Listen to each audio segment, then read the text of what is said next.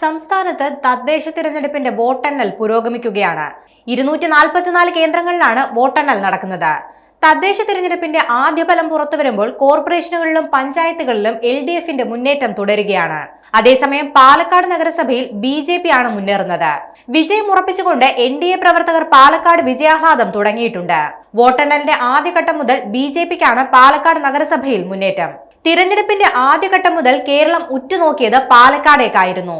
എന്നാൽ കോർപ്പറേഷനിൽ ഏറ്റവും കൂടുതൽ ശ്രദ്ധാകേന്ദ്രമായ ഇടതുകോട്ടയായ തിരുവനന്തപുരം മുട്ടട ഡിവിഷനിൽ കോൺഗ്രസ് സ്ഥാനാർത്ഥി വൈഷ്ണവ് സുരേഷാണ് വിജയിച്ചത്. 363 വോട്ട് നേടിയാണ് വൈഷ്ണവ് ഈ വിജയം നേടിയത്. തിരുവനന്തപുരം കോർപ്പറേഷനിൽ LDF ആണ് പക്ഷേ മുന്നിൽ നിൽക്കുന്നത്. രാവിലെ 8 മണി മുതലാണ് വോട്ടെണ്ണൽ ആരംഭിച്ചത്. ഗ്രാമപഞ്ചായത്ത് മുനിസിപ്പാലിറ്റികളുടെ ഫലങ്ങൾ ആദ്യം തന്നെ അറിയാം. സംസ്ഥാനത്താകെ 244 വോട്ടെണ്ണൽ കേന്ദ്രങ്ങളാണ് ഉള്ളത്.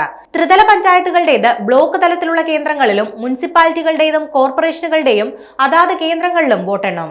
വാർഡുകളുടെ ക്രമനമ്പർ അനുസരിച്ചായിരിക്കും വോട്ടെണ്ണുന്നത്. തപാൽ വോട്ടുകളാണ് ആദ്യം എണ്ണി തുടങ്ങിയത്. 2 ഘട്ടങ്ങളിലായി നടത്തിയ തിരഞ്ഞെടുപ്പിൽ ആകെ 73.69% പേരാണ് വോട്ട് ചെയ്തത്. 2.10 കോടിയിലധികം പേരാണ് വോട്ട് രേഖപ്പെടുത്തിയത്.